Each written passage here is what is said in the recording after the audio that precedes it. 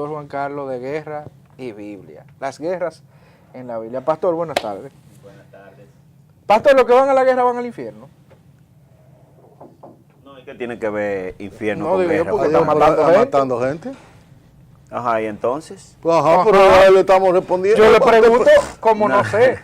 Realmente, increíblemente, matar, o sea, dar muerte a personas por razones de guerra o aprobadas por el Estado, no es igual, no tiene la misma culpa que un cobro personal. De hecho, en las Escrituras es probable, no tengo el número, pero es probable que se haga mención de más de 1000 guerras, de las cuales varias decenas de ellas la comandó Dios desde el cielo, según el texto de las Escrituras.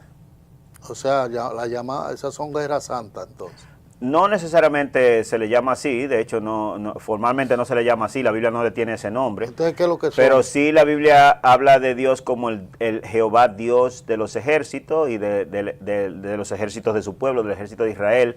Y yo no sé si ustedes se acuerdan quizás del relato bíblico así en general, que cuando Israel salió de Egipto, después de estar 430 años cautivo en Egipto, ellos conquistaron las tierras de Canaán, o las tierras en las que moraban los cananitas, que eran varias tribus, muchas de ellas fuertes y muchas de ellas incluso más grandes que la misma nación de Israel, y fue en guerra. Y eran guerras Guerras atroces. En la Biblia hay menciones de guerra de ejércitos de 500,000 de soldados en contra de tal nación, etcétera. O sea, 500,000 de soldados Sí, no es un ejercitico cualquiera. Sí, Entonces la guerra en la Biblia, las guerras, porque esos son guerras, como usted dice, igual que todas, pero las guerras en la Biblia no están satanizadas. No, de hecho el Señor las comanda muchas de las No, guerras de la esas Biblia. de la Biblia, yo digo Sí. de la Biblia, pero ahora Pero la guerra... fuera de la Biblia, no, de hecho, la razón, desgraciadamente las guerras son un mal necesario.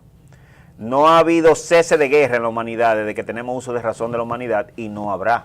De hecho, cuando el Señor da su discurso escatológico, una de las señales que Él da es que habrá aumento de guerra e intensidad en la guerra, aumento de intensidad, y yo creo que claramente nosotros hemos sido por lo menos testigos históricos de guerras recientes que no tienen ningún asidero en la historia antigua. Es decir, que pueden haber, por ejemplo, por citar uno, un Marines que es del ejército estadounidense cristiano, una persona que vaya a la guerra a matar personas y crea en no es un cretino. O sea, no hay una contraproducencia. De hecho, el ejército de los Estados Unidos ha tenido ocasiones en las que el 90% han sido cristianos.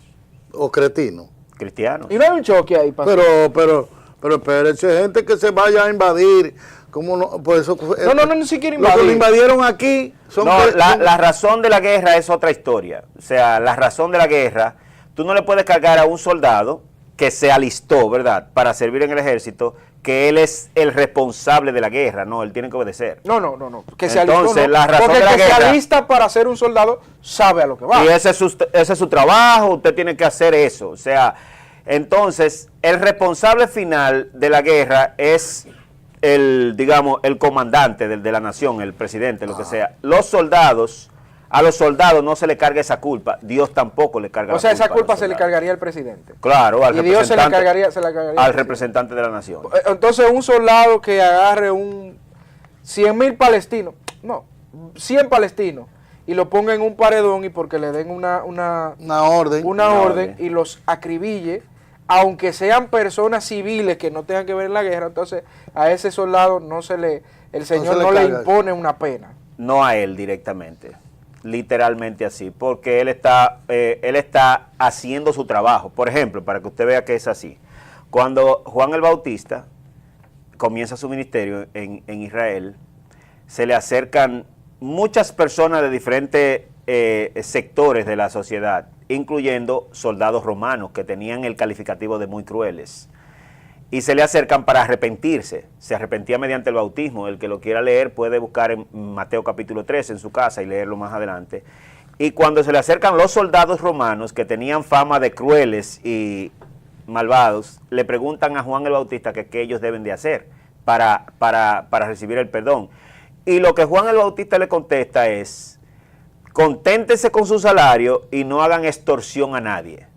Claramente esa respuesta no le está diciendo dejen el ejército, sino eso es un trabajo como cualquier otro. Ahora, sean justos al estar contentos con su salario, porque a usted nadie lo obligó a hacerse un militar de carrera, ¿verdad?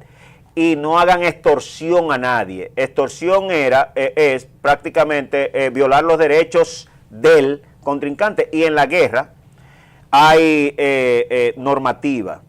Cuando se violan las normativas de la guerra, entonces hay un problema de confidencia y todo ese tipo de cosas. Y en las escrituras, inclusive nosotros encontramos normativas de guerra y todo ese tipo de cosas. Cuando vayas a la guerra, no hagas esto, no hagas aquello, no hagas lo otro, haz esto, haz aquello, haz lo otro. Dios hablándole al pueblo. ¿Y qué dice? Por ejemplo, ¿qué uno puede hacer en la guerra? Dos ideas.